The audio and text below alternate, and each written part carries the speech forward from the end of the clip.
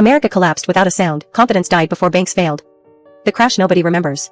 By the time the 1870s arrived, America believed it had survived its hardest test. The Civil War had torn the country apart, but it had not destroyed it. The Union still existed. Slavery was gone.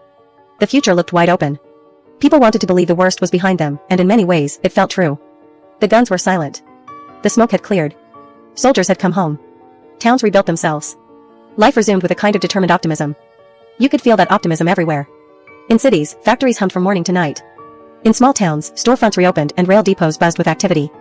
Across the countryside, steel rails cut through land that had once seemed endless. The railroads felt like proof that America was unstoppable. They connected places that had once been weeks apart into journeys of days. They turned isolation into opportunity. They promised growth not someday, but now. People spoke about progress the way earlier generations spoke about faith. It felt inevitable. Railroads did not just move goods. They moved belief. Wherever tracks were laid, land values rose. Towns appeared. Businesses followed. Every mile of rail felt like a guarantee that the future would be larger than the present. Investors noticed. Bankers noticed. Politicians noticed. Everyone wanted to be part of expansion. Banks began lending with confidence. Rail companies borrowed aggressively. They needed money for steel, labor, locomotives, land deals. The logic felt simple. Build now. Profit later. Growth would cover the cost. Paper money moved freely through the system. Credit expanded faster than production. No one worried much about imbalance, because the nation had convinced itself that it was different now. Bigger. Smarter. Immune to limits. European investors watched from across the Atlantic with fascination. America looked young and ambitious. Its railroads stretched farther every year. Its cities grew taller. Its resources seemed endless. European capital flowed in. Bonds were purchased. Money poured into American rail projects. Foreign trust strengthened domestic confidence. The system fed itself. Banks accepted railroad bonds as collateral. Loans stacked on loans. Credit multiplied. Everything worked as long as belief stayed intact. Prices rose. Profits appeared. Expansion justified itself. No one wanted to be the first person to doubt the story, because doubt felt like standing in front of a moving train. What few admitted was that the entire structure rested on confidence. Not iron. Not steel. Not land. Confidence. As long as investors believed returns would come, money flowed. If belief paused, the machine would stall. That truth stayed hidden beneath optimism. September 1873 arrived without warning. There was no announcement. No dramatic signal. Just a sudden shift in mood. Jay Cooke and Company failed. At first, many did not understand what that meant. Jay Cooke was not a household name for most workers or farmers. But inside financial circles, it was enormous. This was the firm that had helped finance the Union war effort. This was the firm that had sold government bonds to everyday citizens. This was the firm deeply tied to railroad expansion, especially the Northern Pacific Railroad. Jay Cooke had believed in expansion with absolute conviction. His firm had tied its fate to westward rail growth. When European investors began to pull back, even slightly, the flow of capital slowed. That was enough. Payments were missed. Confidence evaporated. What had looked stable collapsed almost overnight. News traveled fast. Faster than understanding. Depositors rushed banks. Banks, suddenly unsure of their own position, froze lending. Credit vanished. Businesses that depended on short-term loans found themselves stranded. The New York Stock Exchange shut its doors. 10 days of silence. 10 days that told the truth better than any headline could. America was no longer expanding. It was contracting. Factories failed. One after another. Suppliers followed. Railroads defaulted on bonds that once seemed safe. The collapse did not come as a single crash. It came in waves. Relentless. Each failure weakened the next. Workers felt it immediately. Jobs disappeared. Wages fell. Hours were cut. Men who had believed they were secure found themselves standing in lines, looking for work that no longer existed. Families burned through savings. Then sold possessions. Then borrowed. Then waited. This was not a short downturn. It did not correct itself. It lingered. Year after year, the economy dragged forward without energy. People adjusted to a new normal, one defined by uncertainty. Hope faded quietly. No single moment marked its disappearance. It just thinned, day by day. The federal government offered almost nothing. There was no central bank to inject liquidity. No unemployment insurance. No relief programs. The belief in limited government remained strong. Suffering was seen as unfortunate but necessary. Markets, many believed, would heal themselves. They did not. Anger replaced patience. Labor strikes erupted across the country. Rail workers walked off their jobs. Factories shut down under protest. The government responded not with relief, but with force. Federal troops were sent to restore order. Stability mattered more than comfort. Money returned to the center of the argument. Farmers and workers demanded more paper currency. They blamed gold for tightening credit and making debts unbearable. Prices fell. Debts did not. Each dollar owed felt heavier every year. To lenders, this was discipline. To borrowers, it was suffocation. Bankers defended gold. They argued it preserved trust. They warned that paper money would bring inflation and chaos. To them, restraint was responsibility. The nation split again, not by geography, but by belief. The Panic of 1873 changed how Americans thought about growth. Expansion no longer felt innocent. Speculation lost its shine. The idea that markets always knew best began to weaken. Labor movements gained strength.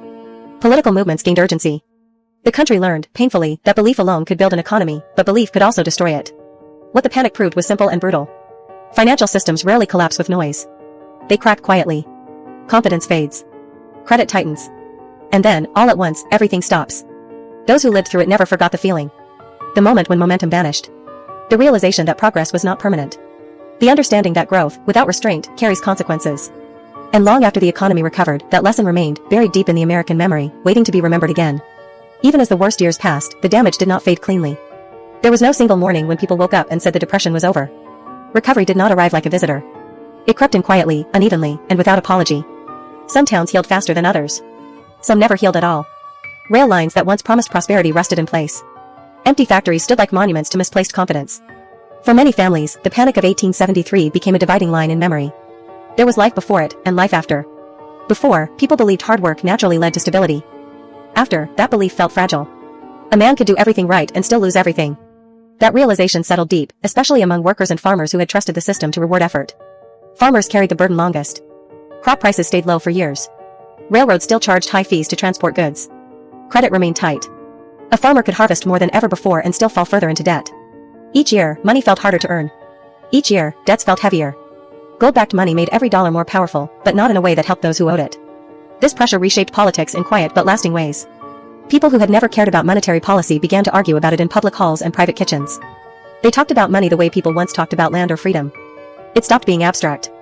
It became personal. Movements grew out of this frustration. Farmers organized. Workers unionized. Political parties formed around ideas that once belonged only to bankers and economists.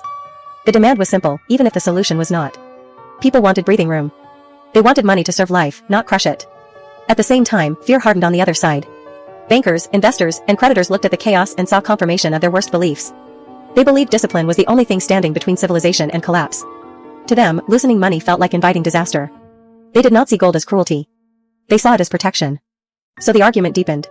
Inflation versus stability. Relief versus restraint. Trust in people versus trust in rules. The Panic of 1873 did not settle this debate. It ignited it. The nation limped forward through the late 1870s and into the 1880s carrying invisible scars. Growth returned, but it felt different. Less innocent. Less automatic.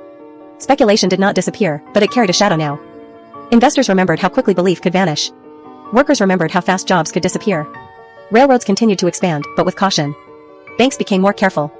Credit tightened not just because of policy, but because memory itself imposed limits. The country had learned, painfully, that confidence alone could not substitute for balance. Yet even as lessons were learned, they were not always remembered. Each new generation believed it understood risk better than the last. Each wave of prosperity tried to forget the past. That cycle became part of the American pattern. Boom. Confidence. Overreach. Collapse. Reflection. Recovery. Repeat. What made the Panic of 1873 different was not just its length or its severity. It was what it revealed. It exposed how deeply money, belief, and power were connected. It showed that financial systems are not machines. They are agreements. They function only as long as people trust them. And once trust breaks, no amount of steel, gold, or paper can restore it overnight. Those who lived through it carried that understanding quietly. They passed it down in stories, warnings, and habits. Save a little more. Borrow a little less. Do not assume tomorrow will look like today. These were not slogans. They were survival instincts. Decades later, when new panics arrived, older Americans recognized the feeling before younger ones did. The tightening in the chest. The sudden silence of opportunity. The sense that something large had shifted, even if no one could yet explain what it was. The Panic of 1873 did not just change balance sheets. It changed temperament. It made America more cautious, more skeptical, and more aware of its own vulnerability. The nation had tasted what happened when growth ran ahead of restraint. And although the railroads would run again, the factories would reopen, and the markets would recover, something fundamental had been lost. The belief that progress was guaranteed. The illusion that expansion had no cost. The comfort of thinking systems could never turn against the people who trusted them. What remained was knowledge. Hard-earned and quietly carried. That economies are built on confidence. That confidence is fragile. And that when it breaks, it does not ask permission before taking everything with it. That lesson, learned in the long shadow of 1873, would return again and again across American history. Sometimes ignored. Sometimes respected. Never erased. And for those who remembered the silence after the stock exchange closed, the empty factories, the long years of waiting, one truth stayed clear. The collapse did not begin when the banks failed. It began when belief stopped moving. And once belief freezes, everything else follows. If you want this type of financial history facts, then subscribe us and like, share, and comment on this video.